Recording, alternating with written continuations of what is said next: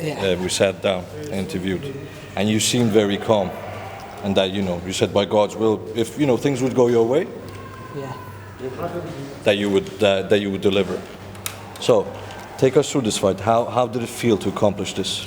In the first round, he put a finger, in my eye. I couldn't see only, but then the doctor come in and watch the eye, give me some few minutes, and then after I just go inside. Even when I decide to go inside, I couldn't see only. But Alhamdulillah, I catch him in the second round and finish the fight. So happy.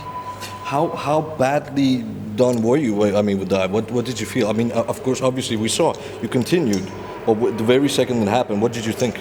When the referee stopped the fight, I couldn't open my eye.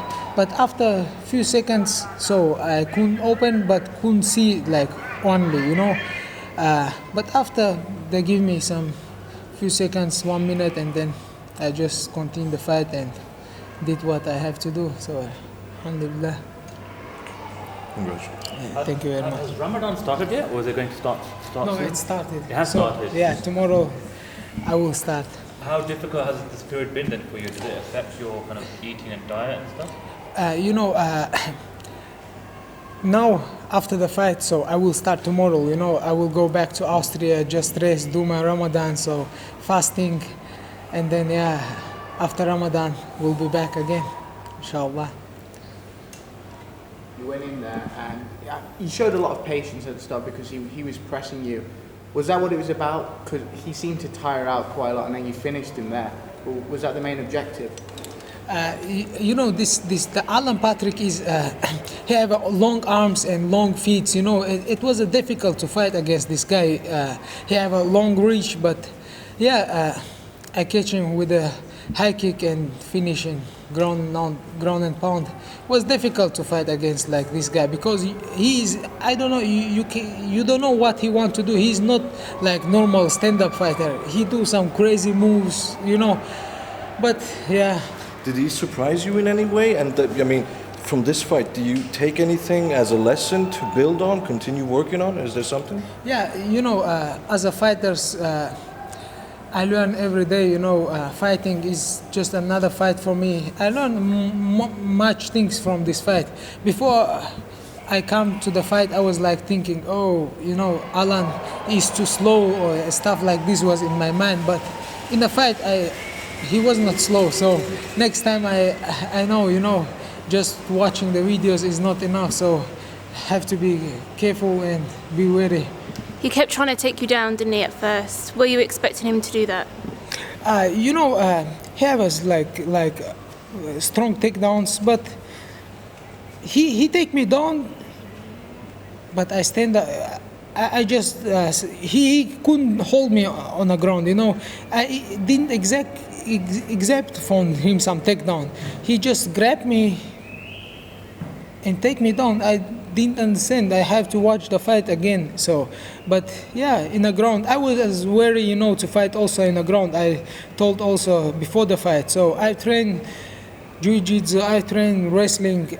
My background is wrestling. So I was wary to continue fight also in the ground. There's this big movement coming out of Tiger Muay Thai at the minute. It seems like Thailand is becoming one of these places where mixed martial artists need to go to kind of get the full experience. Don't have to worry about work. They just train, eat, sleep, train, eat, sleep. Is that what you feel it is for you? Yeah, for me, Thailand is a great place for training. But now I have also a new camp back in Chechnya, in my city, Grozny. So we have a big gym. Name is Berkut. This gym is amazing. They're the guys, now in Chechnya, they just built a new stadium just for MMA. We love MMA in Chechnya. I hope one day UFC will be in Chechnya, So in these places, Berkut now building the gyms all around in Russia. Now it's not just Thailand, I'm training also back in Grozny and also in Thailand. So I spoke to Dave Allen earlier on this week. He said that the UFC's plans are to definitely bring an event to Russia in 2016. Can you just tell us what it would mean for you to be able to fight on a card next year in Russia? This is this is a dream. I tell you, the dream to fight in Russia. So I hope they will come to Grozny city. So I told you, we in Chechnya now build a Coliseum. It's just this stadium is called Coliseum. So this is just for MMA. We have so many fighters, and I hope UFC will make some show in Coliseum in Grozny city. It will be a dream. There's a lot of hype from you at the minute. You just mentioned the new Coliseum built in Chechnya. Do you think that you can kind of lead this new movement in Chechnya? As you say, you want to headline a show there, I presume. And why is MMA getting so big for you for over there? You know, in Chechnya, before, like a couple of years ago, in Chechnya was just wrestling.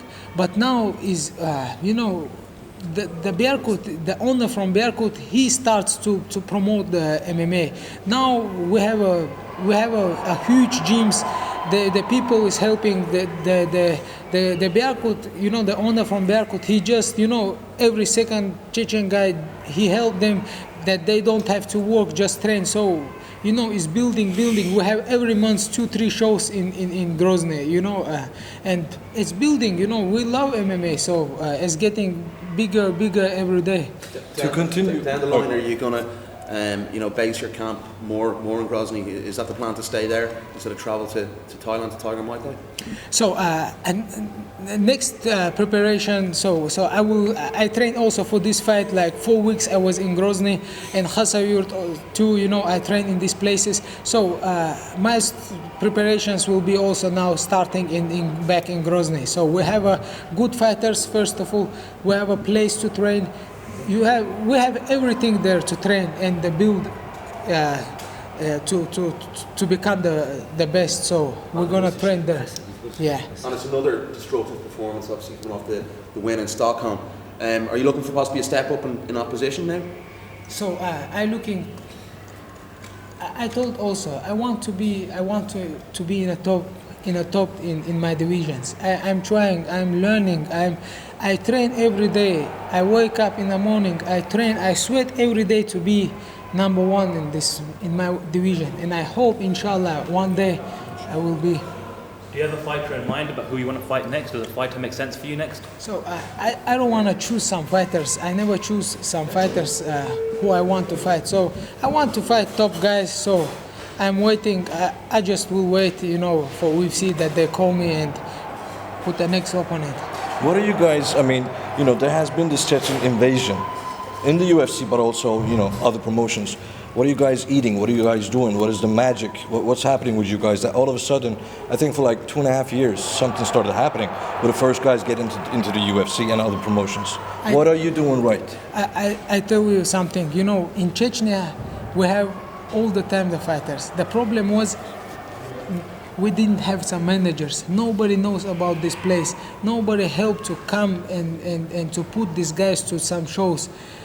We didn't know what is the sheer dog and stuff, all these things. We was fighting in Chechnya, the kids fighting every day. They have, same me, I have, before I start MMA, I have 300 fights in Chechnya. So, you know, the guys is fighting all the time. But now the people see, they come to Grozny, they choose the fighters, they bring up now, UFC looking now in Chechnya. So they know that we have a good fighters, and in one day we're gonna have a couple champions from Chechnya, inshallah.